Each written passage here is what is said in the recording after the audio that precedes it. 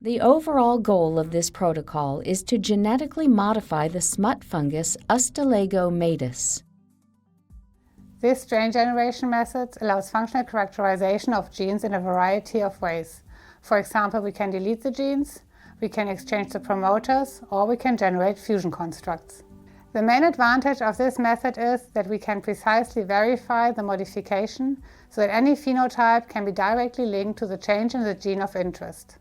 Visual demonstration of this method is essential because knowing when to stop the protoplasting reaction is critical for successful transformation.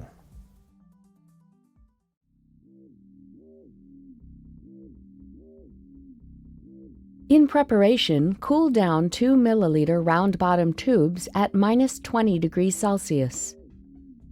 Next, inoculate a 3 milliliter pre-culture in Yepes light using a fresh plate. Incubate it for 24 hours on a rotating wheel at 28 degrees Celsius. The next day, add 25 microliters of the pre-culture to 50 milliliters of Yepes light in a baffled flask. Then, grow up the culture on an orbital shaker until it reaches the exponential phase.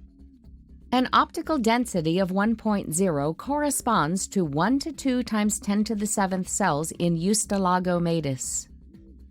Check the optical density at 600 nanometers.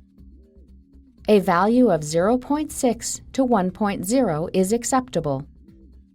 Next, check the cells for contamination under 40x magnification. Bacterial contaminations can be identified as small and often moving cells. Fungal contaminations can